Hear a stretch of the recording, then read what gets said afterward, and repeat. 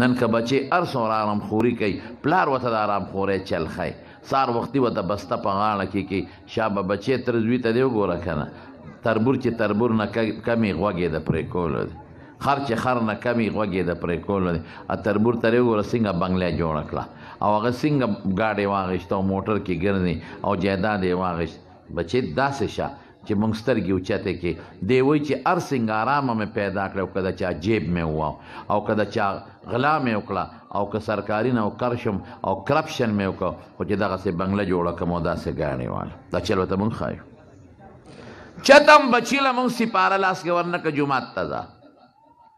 چتم بچي ته ما دا ونه وی چې بچې دغه ملا صاحب سره لږ وخت تېروه چتم بچی ته ما دا ونه وی چې بچې مدرسې ته لږ غوندې ځه موږ خپله مدرسو ته نه ځو بچي به څه مدرسې ته تاسو نه یادو تاسو خو شکر دی ښه خلک یې او دیندار خلک یې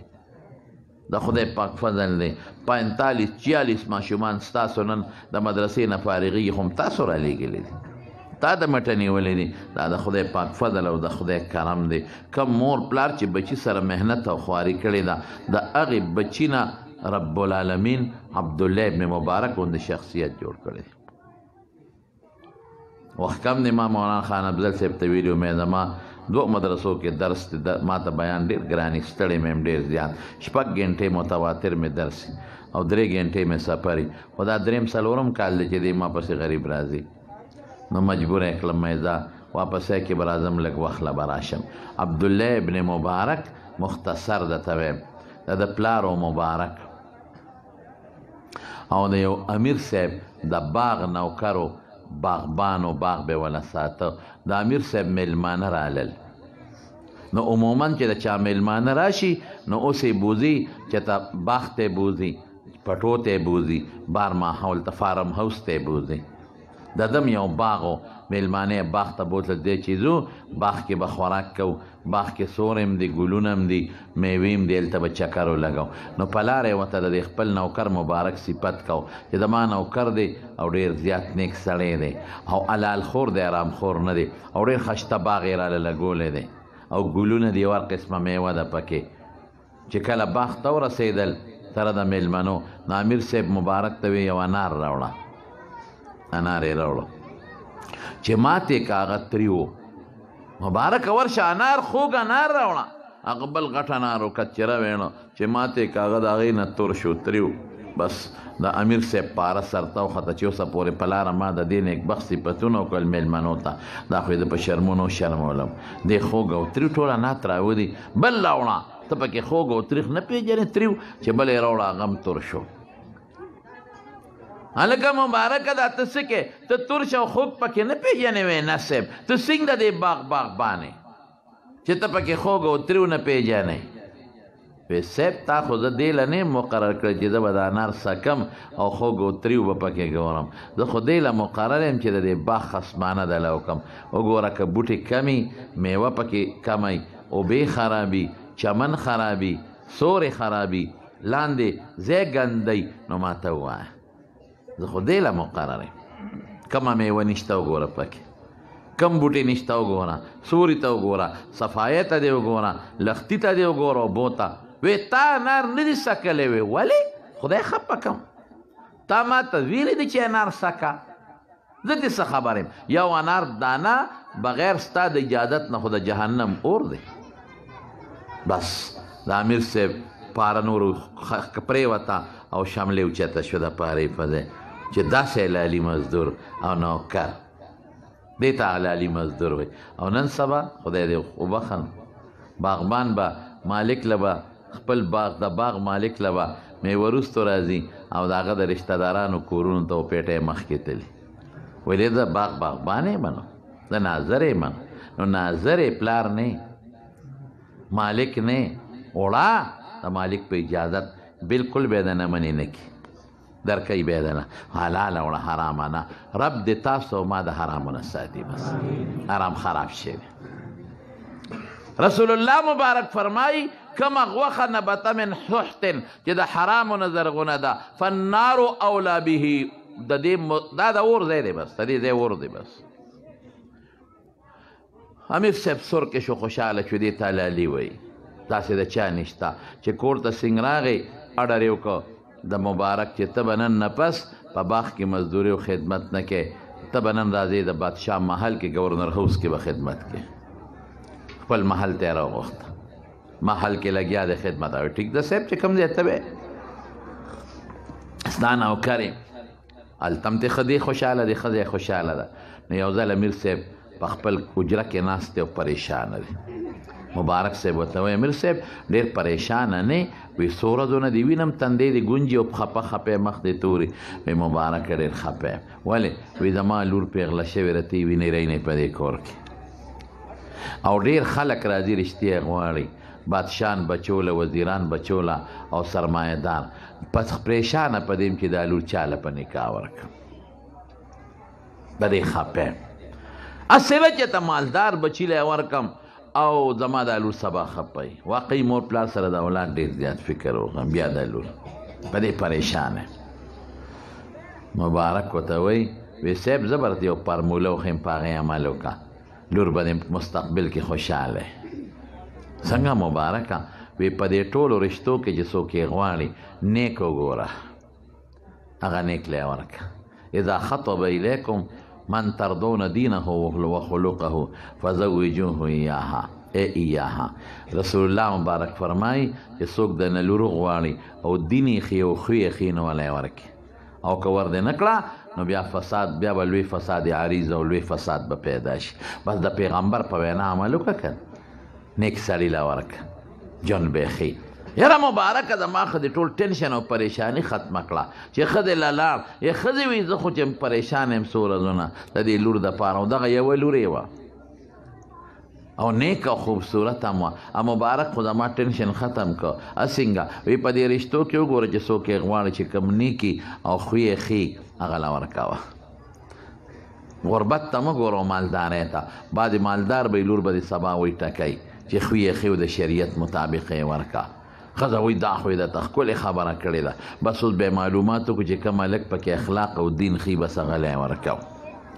په دې سوچ کې د امیر صاحب دې ښځې ته وایي دې مبارک لی نه ورکو، د اخلاق هم ښه دی او دیندار هم دی او حلال خور هم دی. وایي نو ښځه خو توبه وباسه که نه. ښځې زر هغه نوکر موږ سره چې مزدور دی، مزدور له لور ورکم د بادشاه لور. وی دا څه کې کې نه، خاوند ورته ټټ ټټ ته شروع کړي، ټټ ټټ کې فیصله چې دې را سره وکړه په نیک او په دینداره، بس همدله یې ورکوم. او لور نه یې تپوس وکړه بچې دا هلک څنګه دی؟ دله دې ورکو دینداره دی. بابا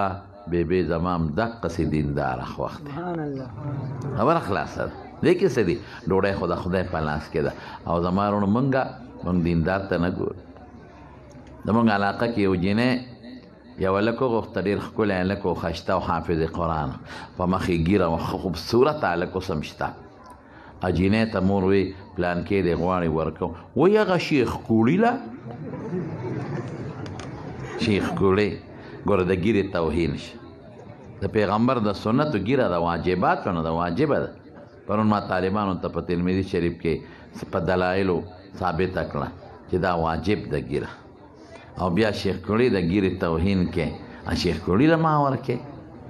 نه کوم دا. نو بل هلک له یې ورکړه په نکاح. نو چې بل له یې ورکړه نو هغه غریب ښه هلک و هغه هم، نو هغه څه موده پس غریب لاړ مړ شو. هغه ښځه اوس سره د بچو په پردو کوڅو کې خدمت کوي او د فقه او د ترجمې درسونه دي. نیکه ښکلې عالمه ښځه وله خدای ورکړه. نو نن سبا تاسو خو د بانډو میرو خلک یې، تاسو ځان می صاحبه ورشه دې پېښور ته ګیرې والا له څوک لور نه ورکوي. زما لور هغه سره ګزاره نه شي کولی، هغه خو ګیرې والا دی، هغه خو پټکي والا دی، هغه خو یو ساده سړی دی. د نیک سړي ته خلک ساده وایي، هغه خو یو ساده سړی دی او هغه ساده دی او ته ګلدار یې. ټولو د هلکانو سره په دوکانونو ګرځي، واده یې نه کړی او د واده نه مخکې لا نکاح هم نه شوې او د هلک سره دوکانونو ته ځي، د هغه خپل هلک سره او سوداګانې. زما یو شاګرد دی، مرید مې دی، اترکان دی. نو ما ته یو ځل تپوس وکړه، هلکه ډېره موده شورانه دی. وایي پېښور کې یو کس دی، هغه له فرنیچر جوړوم، یو ښځه دی، یو جینۍ د فرنیچر بله جوړوم. نو ما یې ولې فرنیچر تیار ولې نه علي وی نه راته وایي چې ما له خپل لاس جوړ کا نقشې راته ږدي هغه سره مشینان دي دې ترکان سره نو نقشه راته ږدي او د هغه نقشې مطابق ولا شی جوړوم او چې کوم شی بازار کې خوښ شي نو یې ما ته وي راشه دا وګوره هغه وګورم نو هغه شی ولا جوړوم نو یا بل وزم تلي و بازار ته صدر کې نو یو شیخ خوښ شوی او هلکه و جینۍ هلکه مې هلک هم ځي او که نه مې نکاح شوې ده وایي نه نکاح کم دی نه دی شوی او مې دواړه ویل کو پسې راشي او دواړه موټر ته وخېږي زه ورسره کښېنم صدر ته لاړ شو دا شی وګوره دا راله جوړ او خدایه پاکه لا نکاح واده نشته او دا دواړه یو ځای ګرځوي دا خو د شرم نه کوي وی یو شی راته یاد کړه چې دا راله جوړ کړه مې څه شو وی زانګو نه نوی د ماشومانو زانګو نه ده مې د چا زانګو ده وی دې کې به دواړه په خپله زانګي للو للو للو الله للو للو ته پوه شو وخت کم دی لکه ته پوه شې په خبره دا بیا له نخره دې کې به دواړه په خپله زانګي دا زمونږ د خلکو حیا خدای دې په مونږ کې حیا پیدا کړي حیا د دین څه ده په جینکو په هلکانو دواړو کې د خدای حیا پیدا کړي بهر کې زما رونو نو جینۍ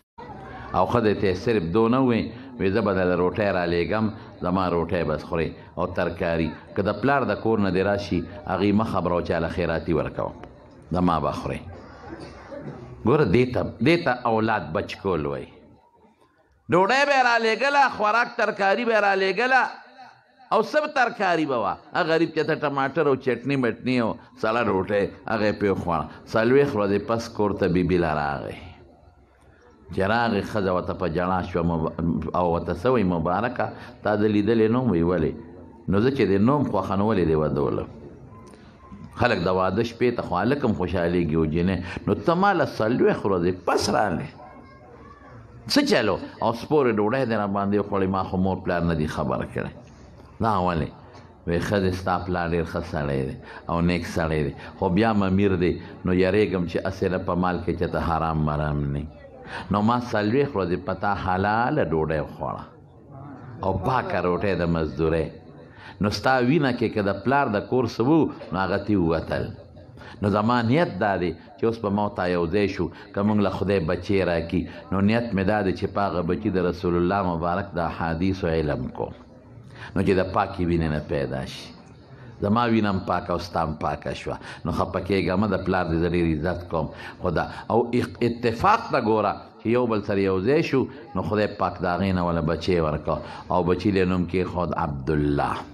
عبدالله ابن مبارک زمونږ په احادیثو کې د لوی پیمانې شیخ دی امیر المؤمنین فی الحدیث د حدیثو بادشاه لیکن چې کله دی لویږي مور پلار نصیحت ورته کوي دی لوپر شو ولې هلته امیر صاحب مړ شو چې مړ شو نو لور ته بلا جایداد او مال او دولت راغی نو چې مال دولت ډیري نو بچی نیازبین شي دی لاړ لوپر شو لوپر مور ورته جاړي چې بچی تا د پاره پلار څونه قرباني ورکړې ده د واده شپې ته خلک خوشحالئ 40 ورځې ماته نه دي نږدې شوې او ما ستا دپاره څونه قرباني ورکړه ما سړي ټوکړې خوړې چې زما او د پلار وینه دې پاکه یو خدای پاک بچی راکړي او د پلار دې دا ارمان دی چې پتا د رسول الله مبارک د حدیثو علم کوي نو بچی دا ته څه کوې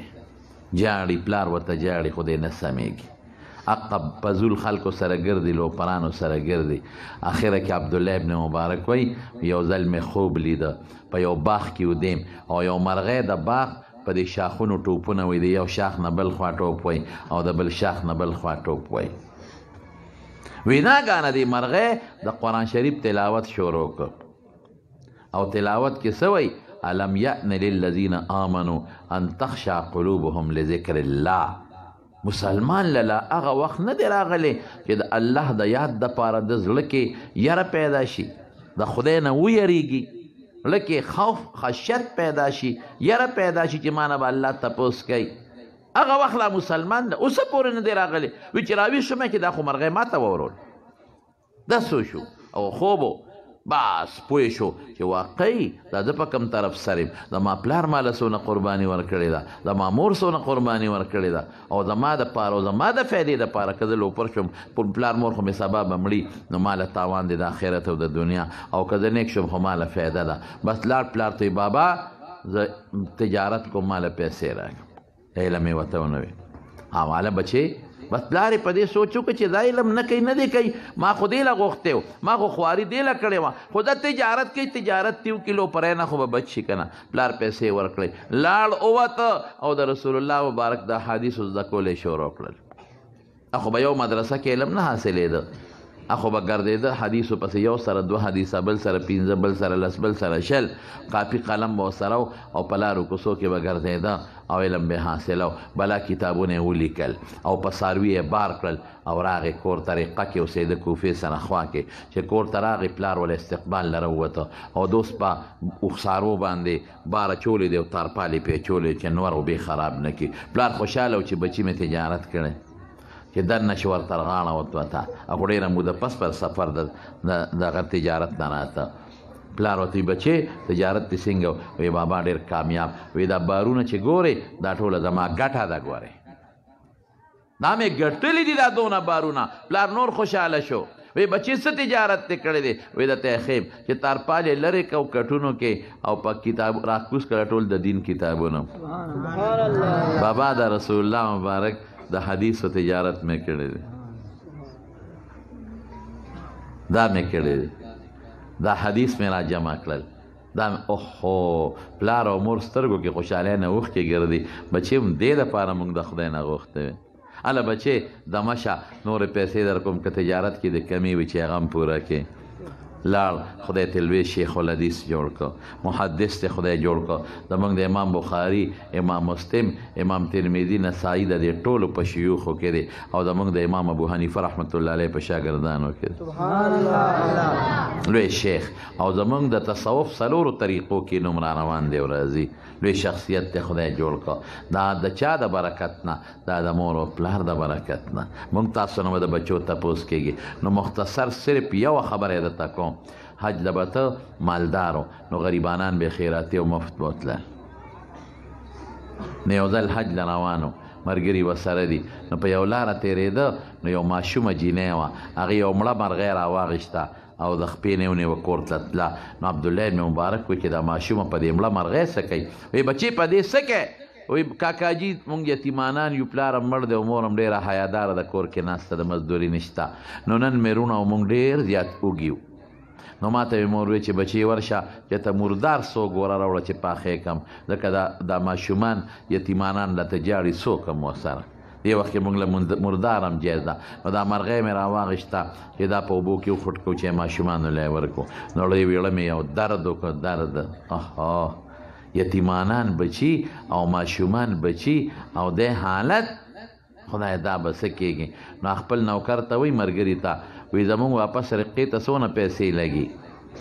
وی دونه لګي وی دا ته ځان لکه او باقي پیسې راکړه نو باقي ته واغېستې زرګونه درهمو نو هغه ماشوم یې ځان له کړه وی ها بچې دا دې مور له ورکړه سخت کال حج له نه ځم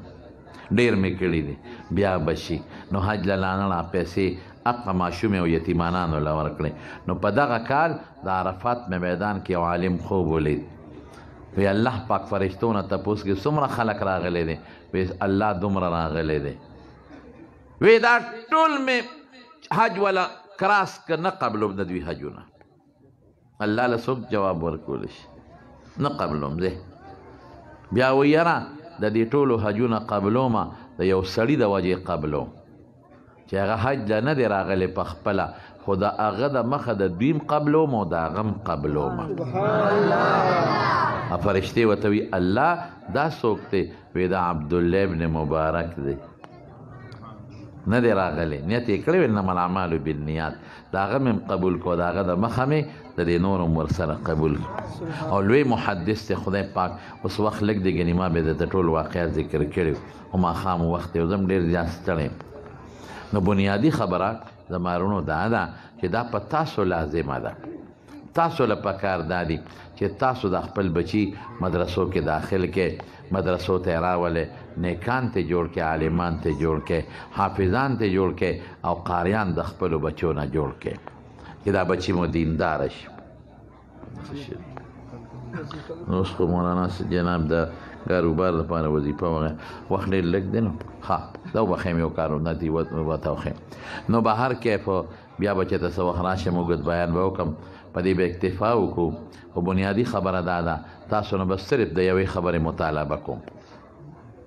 هغه مطالبه د خبرې دا ده